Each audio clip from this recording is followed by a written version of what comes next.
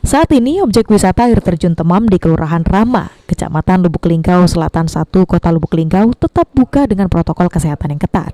Pantauan di lapangan saat akhir pekan, tampak objek wisata yang dijuluki Niagara Mininya Lubuk Linggau tersebut cukup ramai dikunjungi wisatawan dengan di tengah masa penerapan PPKM level 3. Hansen, General Manager PT Linggau, bisa mengatakan, untuk mengantisipasi penularan dan penyebaran COVID-19, selain menyiapkan sarana dan prasarana prokes, pihaknya juga menerapkan sistem bergantian terhadap pengunjung. Apabila jumlah pengunjung yang masuk sudah mencapai 100 orang, maka pengelola akan menutup sementara pintu masuk, menunggu mereka keluar dan barulah dibuka kembali. Seperti biasa, biasanya kita lakukan sekarang sudah one gate system, semua dilakukan pembayaran di depan.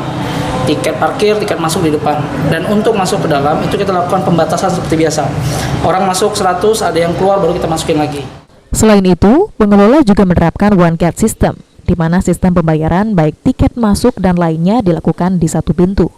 Sementara untuk di area dalam objek wisata dilakukan juga pembatasan seperti penyekatan di tempat duduk, tempat ibadah, dan tempat umum lainnya.